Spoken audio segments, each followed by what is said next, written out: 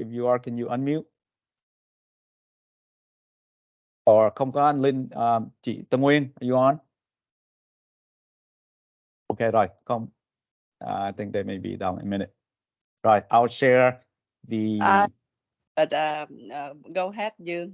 Có chị, ok rồi chị, em sẽ pull up rồi chị, talk chút xíu nha, chờ em chút xíu.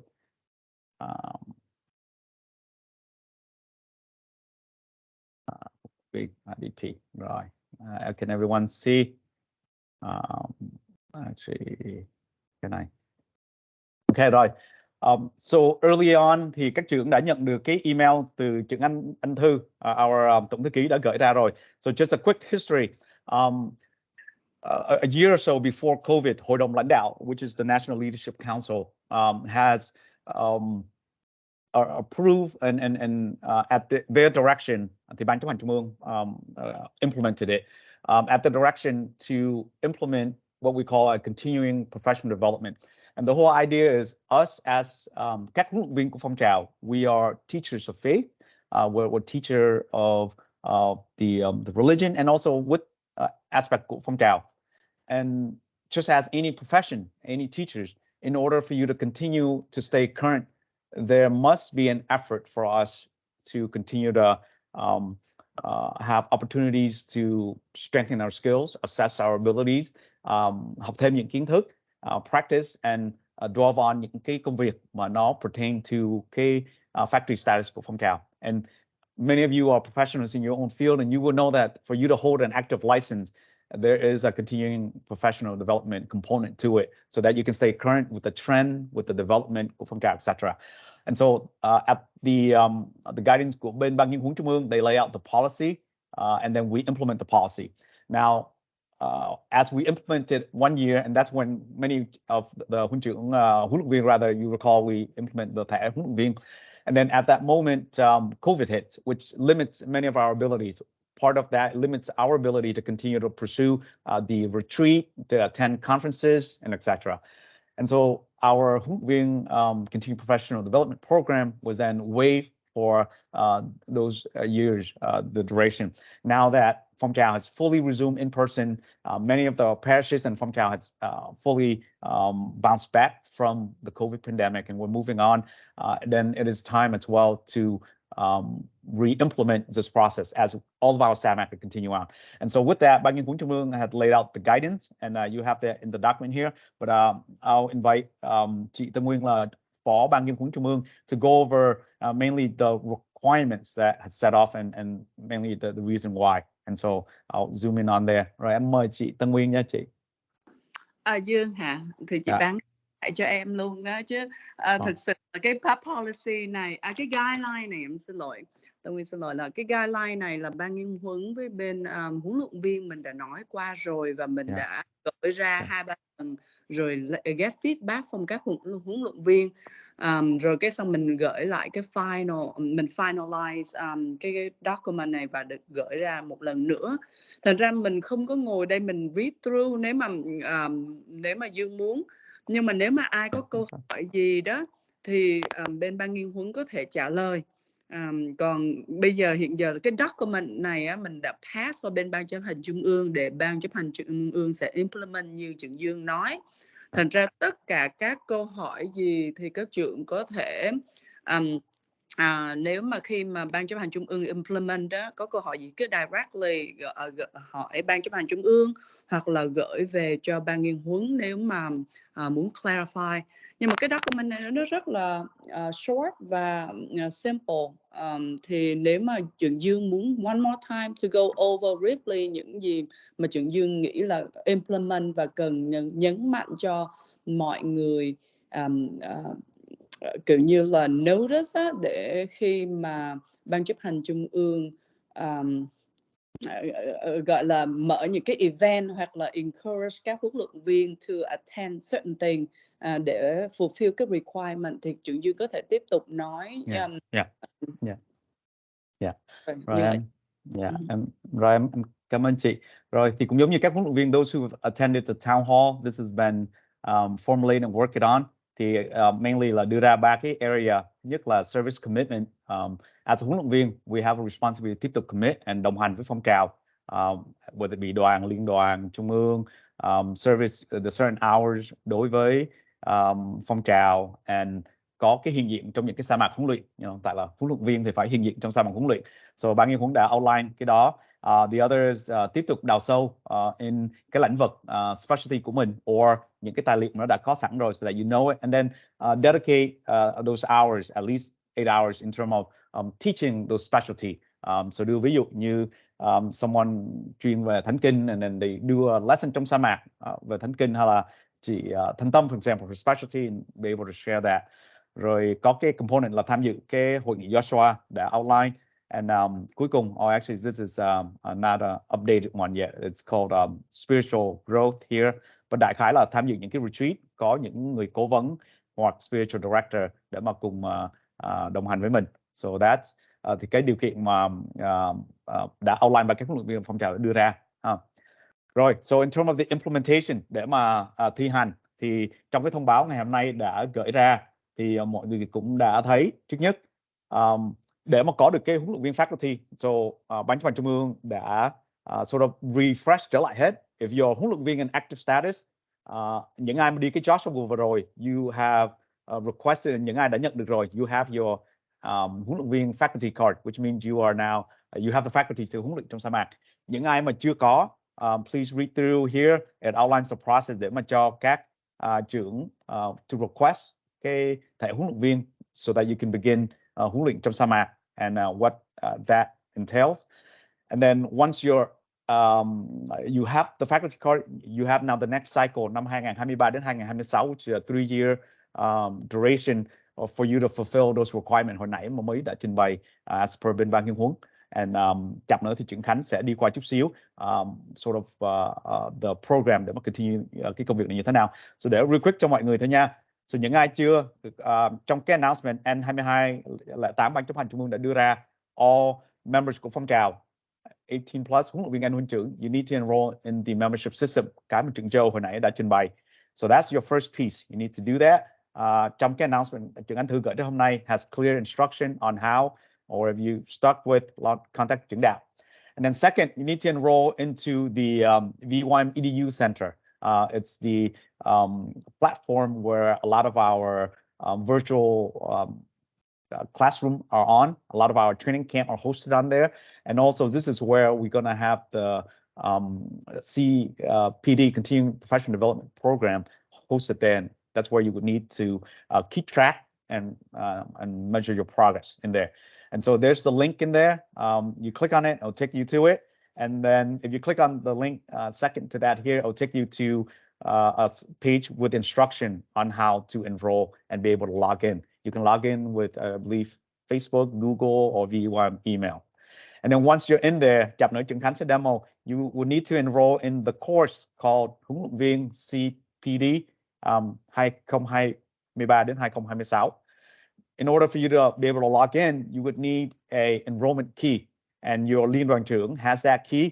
And so this is where then you can build a relationship with the liên đoàn trưởng, let them know, and then they also can know who within the liên đoàn are active, huấn luyện viên status. And once you enroll in there, you progress through. Then once that is done, những ai mà chưa có cái huấn luyện viên faculty card, ping Trưởng Khánh at the email listed, and then he'll be at the văn phòng every other week to print thẻ huấn luyện viên and bắt đầu gửi ra cho phong trào nha, so that you have it. Rồi đối với những huấn luyện viên nào đã có cái thẻ rồi, you just need to follow step 2 and 3, which is to enroll in the EDU center and enroll in the CPD course, which is the Continuing Professional Development Tracking Program that we have in there. And then at the end of the 3-year, năm 2026, Ban chấp hành Trung ương will just kind of look through the progress. If you fulfill, meet all of that, we'll automatically reissue you your new faculty card for the next cycle, 2026 đến 2029. But that will be a next Ban chấp hành. I won't first to think about, but that would be the process. Yeah. So that is the công việc. Now, in the instance that if you move, you go to công việc, military duty, or you're away that you can't fulfill your CPD for that year, just let Ban chấp hành Trung ương know at headquarters at VEYM.net. Let us know the case, and this is sort of determined on case-by-case basis, so that if you're away for very good reason, I know somebody may be chuyển xa đi công việc, đi công tác, And if that's the case, we could certainly work with you so that you will have the faculty when you come back and train with Phong Trào. Yeah. So that's a little bit about những cái công việc này. Again, it's in your email, the outline head. So I'm going to turn over to Trịnh Khánh real quick so you can demo how to do so at the VEYM EDU Center. Yeah. Rồi, mời Trịnh Khánh. All right. Okay, so let me share. And FYI, I am not Trưởng Châu, I'm not IT guy, okay? So maybe there's some error. So forgive me, okay? Okay, so please let me know if you see my sharing right now. Rồi, thấy Khánh. Okay, good. So giống như anh Dương vừa nói ha, thì first of all, tất cả các huấn luyện viên mình cần phải register at VEYM member ha. So I know Trưởng Châu lúc nãy đã demo rồi. Thì nếu mà mọi người log in ha, thì vô veym.net. So this is the new website của Phong Trào. If you see anything different compared to this, that means that you log into very old website. So clear the cookie, clear the cache of your browser so that you get the new website, okay? When you go there, you go to member, you see right there? And Trưởng Châu already point out how membership portal right there. If you click there and you sign in, register, sign the COC, everything, and you go to your dashboard and everything show up in there, okay? Now, for huấn luyện viên, for the huấn luyện viên CPD, right? Before we go continue to go ha, thì chỉ muốn là point out cho mọi người, ví dụ như cái profile ha. If you want to have the huấn luyện viên ID card ha, you have to submit your profile picture, và nó phải là giống như là passport picture ha, chứ đừng có randomly lấy một cái hình ảnh gì đó làm cho cái picture profile của mình ha. Mình cái kiểu là passport style, xong rồi dress up in VEYM uniform, xong rồi wear cho khăn quàng huấn luyện viên nha, để mà có thể in ra trên cái thẻ huấn luyện viên. Okay, so and thẻ huấn luyện viên, so it's like this. So I hope that you recognize it right away, huh? So you can see the picture and your identify at youth leader trainer. Xong rồi you have the ID number on that as well, VEYM ID number. Xong rồi this is very good. So you see the QR code right here. If you scan it with your smartphone, you'll be able to pull up any huấn luyện viên ID and check out they active or not by just scan this QR code right there. Okay, so this is a sample of the huấn luyện viên ID card. Next, so in order to sign up for huấn luyện viên CPD, right? So you go to veym.net, go to member right here, and click into edu center, educational center, right? Okay, so if you already a member, it will let you into the dashboard. So it's just like that. And you go back to home right there. And you scroll down all the way to the bottom. And you will see huấn luyện viên CPD 2023-2026. Click that. And it will add you to self-enrollment. And you need to have the enrollment key. And like Trưởng Dương already mentioned, please obtain the enrollment key from your liên đoàn trưởng. Okay. So I already have the enrollment key. I just type it in. And that's because he's a liên đoàn trưởng. So enroll. Hopefully that it works. So it's still running. Yes, so I am in. So it's up to you. You want to save the password or not, whatever, right? Okay. So you see the file mà anh Dương đã đưa ra hẳn. If you click here, announcement. This is what we just talking about, right? And go back. And this is the policy, right? You can just click and read it. So everything in there, lead out, item, everything. And this is the huấn luyện viên CPD tracking form. So let's open it up. So it help us, giống như các trưởng help các em tại liên đoàn học đoàn của mình trong cái việc promotion request. This is very similar to that. So every year mình phải submit in những cái task mà mình sign up for. Ví dụ như mình register as member của một cái chapter nào đó, hay là một cái liên đoàn, hay là của trung ương. Xong rồi mình phải ghi cái tên trong cái role của mình, cái ngày nào, xong rồi phone number, signature của cái người mà verify cái role của mình. Ví dụ như mình sign up as ủy viên của một cái liên đoàn, thì cái liên đoàn trưởng đó phải sign off cho mình, xong rồi mình scan it, mình submit it in. How do we submit những cái tracking form này ha? Thì for example, if you scroll down, you can see here assignment B1.1, 3 service commitment cho 23-24. So you click right there, then you will click the add submission. Click.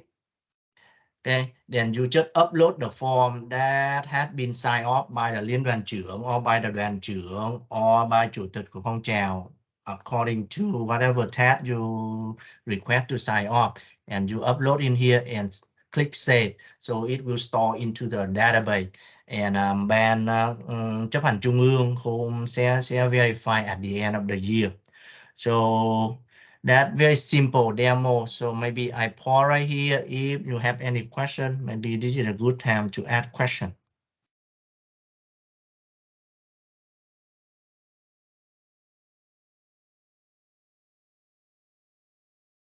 So 1, 2, 3. So Anh Dương, maybe I did a good job. So no question. Yeah. All right. Right. So cái process để mà upload đó is very very straightforward. I think many trưởng very familiar with Moodle, thì vô trong đó it lists hết như chuyện Khánh share này á, tất cả những cái điều kiện của mình trong đó, and nó có cái đơn, cái form, everything you need is on there, so that when you take it with you đi sa mạc, you đi retreat, you attend things often, you would ask people to sign, and những cái người mà ký á, just make sure cái role là cái người ký á, trách nhiệm của họ là cái gì trong công việc đó. Rồi, so that's mainly cái process, so we will begin to implement it từ giờ cho đến 2026. As communicate early on, những ai mà trong vai trò tổ chức, right now, if the huấn luyện viên you mời đến, if they don't have an active faculty card, as we're renewing, we're starting from fresh, if they're active sinh hoạt trong liên đoàn, they should be able to secure the card. And so begin to implement that. So trưởng Khánh sẽ có một cái sa mạc, có một cái meeting soon with all the sa mạc trưởng và sa mạc phó, just to kind of ensure tất cả những cái hành chánh của sa mạc sẽ được follow through và consistent với những cái guideline mà bên Ban Nghiên cứu Trung ương đã đưa ra ha. So đó là chút xíu về cái công việc đó nha. Rồi để trả lời trưởng Châu, does this apply to huấn luyện viên dự bị too? It does not, because they're in dự bị status. So once they're informal huấn luyện viên status, then that would apply. It does not apply to huấn luyện viên dự bị nha, meaning they have yet to become full-fledged huấn luyện viên. Rồi, chị Thanh Tâm, I think the recommendation to có những cái attendees to do eligible 3 post-webinar presentation test question use hours towards IDP. Similar to professional board requirement. Yeah, so that's a possibility. Well, em sẽ chuyển cái đó qua cho bên ban nghiên huấn, they can take a look at it. But generally, những cái công việc mà mình làm á, ví dụ như những cái webinar mà phong trào tổ chức, those can be counted to những cái công việc của mình. Yeah. So that is that. Rồi, let's see, like each other's upcoming, did I address that question? What ways beside the badge do we have to verify that huấn luyện viên our current example published list by region? All right, so real quick, one, that is the way that we're doing it. It's listed in the portal that we have, and also in the membership management system. They remember their status, it's up on there, and then if they're on there and then they have the current batching system, that would give us a couple ways of doing so. Certainly open to other recommendation of other folks have, for different ways, let us know. But do know, as a volunteer organization, we're only limited to những cái nhân lực that we have available, but we'll continue to do that. So thank you, John. Some good idea. The template form show evidence of sa mạc participation. Rồi, chị Thanh Tâm thì cái form đó, trưởng Khánh hồi nãy đã show đó. So you have that form and you can sign off, you can provide information trong cái đó. To Martin, to help better understand better, we are getting promoted end of February. This process will apply to the next upcoming round, right? And so in communicating with Ban Nghiên huấn Trung ương, so the way that we're doing this is a 3-year cycle. So if you get promoted, let's say this year is 23 to 24, and let's say you didn't get promoted to Sơ Cấp this year, you only get promoted 25 to 26, the very last year, then your responsibility is to do it for that very last year. The minute that you're promoted, when you go through the process, triển khai will process to give you the thẻ huấn luyện viên, and that thẻ huấn luyện viên is getting to the end of that cycle that we currently have. And so your responsibility is for that 1 year. Now, if there are unique circumstances where you're promoted, I don't know, 1 month before the end of the cycle, then certainly that won't factor in. We'll renew and we'll start the whole process. Okay, so I hope that answers. Rồi, Trần Ngọc Phượng, so everybody is on the same 3-year cycle, correct? Now that we're starting, everybody is starting fresh now, as announced. We all should be on the same cycle. If say by, again, giống như hồi nãy Dương trình bày, say 2 years later, có someone else just got promoted to Sơ Cấp, then their responsibility start for that last year of that cycle. So similarly, and then we'll kick back up again. Thì như vậy nó dễ cho phong trào, and they're only responsible for that year. And if you look at the guideline ban huấn đưa ra đó, all of those are annual basis year, with the only exception là cái tham dự hội nghị huấn luyện viên within cái 3 năm. So if you only have 1 year and there isn't hội nghị, then obviously that doesn't apply to you, huh? And I think Trịnh Lập reminds me too that so there is a hội nghị huấn luyện viên coming up this August. A location's been booked. The announcement will go out shortly. There's a lot of new development coming up, especially as the Samak Ban chấp hành, the new virtual promotion process, which is pretty cool. And at the time too, there's possibility of bầu lại trưởng ban nghiên huấn trung ương mới and other important announcements của phong trào. So lots of information to pass down, and also good speakers to present. Yeah. Rồi, trưởng Dorothy, can we able to fill out the form electronically when we need to sign on SAMAC participation? So as of right now, what we've gotten in the past is when they show up to SAMAC, they bring it with them, because on that form there are other events as well. And so you can do this digitally, but then you attend to a retreat, they don't do it, and the organizer of a retreat, sometimes they aren't team you. Either way, you would need to bring that with you so that you can get their signature. So that's sort of how we're doing it now in the interim until we have a more advanced system, which I have full faith in our IT team. All right. So if we have a huấn luyện viên that have been out of practice for 10 years, are there further requirements update needed? Good, Jimmy. So đối với những anh chị huấn luyện viên nào mà đã không còn sinh hoạt phong trào for like a long time rồi đó, I believe we're in the works too of having sort of refresh the system. So cái đó we'll table, have ban nghiên huấn trung ương reflect or have time to assess, nhất là những ai mà đã không sinh hoạt phong trào 10 năm hơn, and bây giờ họ muốn trở lại. So that's a process ongoing.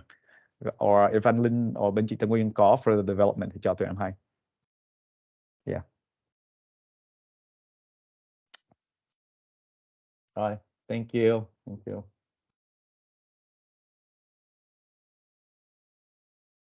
All right, all of these are good questions. All right, we are 2 minutes beyond, which is excellent in terms of keeping it all within time frame. All right, last call for anything. Any question that I missed? Does that mean hội nghị last year doesn't count? Or we have to? Trưởng Ngọc Phượng asked, does that mean hội nghị last year doesn't count? Oh no, it counts. It just the upcoming hội nghị is another opportunity. Yeah. Thank you, Trưởng Phượng. Right. And then Trịnh Dorothy, a thumbs up. So I guess it's good. All right. Any other questions? Last call. Rồi, nếu không thì take some of the comment from chị Thanh Tâm. So maybe cho em đề nghị đến ban nghiên huấn này in the future when we have some webinars, maybe we'll announce on the flyer whether or not those webinar that we're presenting or someone else who's presenting or that we're inviting others, that counts too at some of the hours that they can get. I think that would be beneficial so they can also track. Yeah. Rồi vậy thì nếu mà không có câu hỏi gì nữa thì một lần nữa xin cảm ơn bên ban nghiên huấn trung ương and all the huấn trưởng and huấn luyện behind the scene to work to make this happen. Cảm ơn quý trưởng bên ban chấp hành trung ương, all the IT to push this, and really mời gọi mọi người to really see this as our responsibility to continue to support các em through enhancing our own skills, our own knowledge, our own wisdom collectively to support phong trào. And I believe as we continue to do so, we're only heading in the right direction, just as everything else in life. It's requiring of ongoing discernment, ongoing prayers, and ongoing training. So from all of us at Ban Chấp hành Trung ương and on behalf of Ban Chấp hành Trung ương as well, xin cảm ơn quý trưởng cũng như các huấn luyện viên thật là nhiều và đồng hành với phong trào. Please relay the words, please share the words. Any question that you may have, please reach out. We'll be more than happy to address all of that. Dạ, rồi không biết có quý cha nào đã dial in chưa vậy ạ?